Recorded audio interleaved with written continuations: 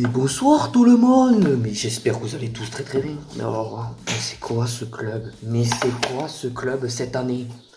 Mais il faut me l'expliquer. Mais qu'est-ce que c'est ce club? Si on doit parler d'un truc, de ce match, et tout le monde va être d'accord avec moi, c'est la seconde mi-temps. Tu as une première mi-temps où tu te fais littéralement exploser.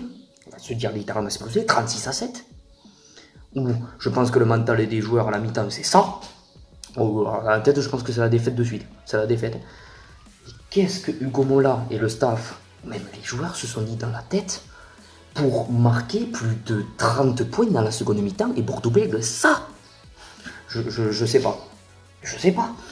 Oh, ils ont dû prendre de la drogue ou un truc comme ça. C'est pas possible. Mais qu'on me dise pas que le Stade cette année, c'est pas la meilleure équipe de France.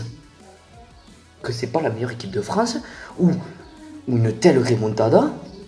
C'est la première remontada au rugby que je vois arriver 36-7 à la fin 44-36.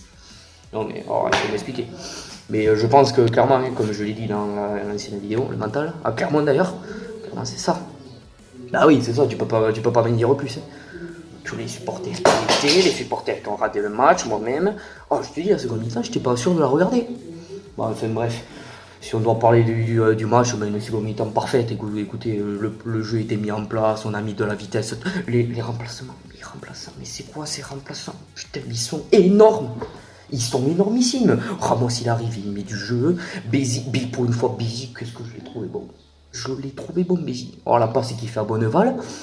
Il a une vista magnifique parce qu'il y a trois joueurs de Bordeaux qui arrivent derrière.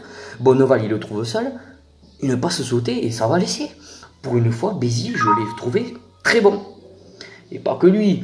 Holmes, voilà, je l'ai trouvé un peu. Bon, il a quand même bien joué.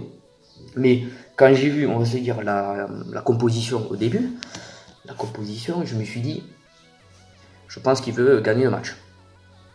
Il va se préparer pour les demi-finales, mais dans la tête, je me suis dit, c'est le moment. Est-ce que ça serait pas le moment de péter ou de blesser quelqu'un? Parce que alors là, tu blesses soit Colby, tu blesses Guitoun, tu blesses Ntamak qui revient alors qu'il était KO, il était KO il y a 2 semaines je crois. Moi j'ai trouvé une équipe avant que le match commence un peu voilà, je jette quoi, un peu voilà quoi. Mais j'ai trouvé quand même, mais alors là je me suis perdu tout seul. La première mi-temps, voilà, tu 36-7, tu prends un carton jaune, Placine prend un carton jaune, tu prends 3 essais. Mais franchement, une deuxième mi-temps, mais extraordinaire, et le mental a joué à fond. Et je pense que ce mental, tu le garderas jusqu'à la fin de la saison. Et il y a intérêt que tu le gardes à la fin de la saison. Si tu veux reproduire le même match, que ce soit en première mi-temps, deuxième mi-temps, ce mental, il faut le garder là. Parce que ces joueurs sont la clé de la réussite de cette année. Oh, mais les joueurs, ils doivent pas, ils doivent rester à leur poste. Guitoun, Colby à l'arrière, il a été excellent. Ramos en 10, voilà, il a mené le jeu, il a mené de la vitesse qu'il est rentré. Franchement, mais j'ai vu un Stade Toulousain, mais c'est énormissime.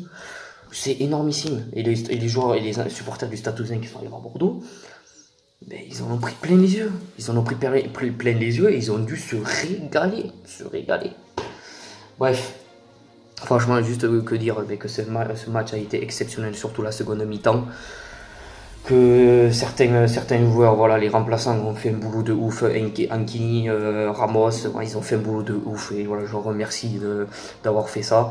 J'avais eu peur que des blessés, qui est des blessés. Parce que je me suis dit qu'un match pareil, Bordeaux jouait la qualification, d'accord. Nous, on était directement qualifiés. Je me suis dit que est-ce qu'ils vont se péter ou pas? Eh ben non. Bah, c'est pas arrivé. On a la victoire au bout.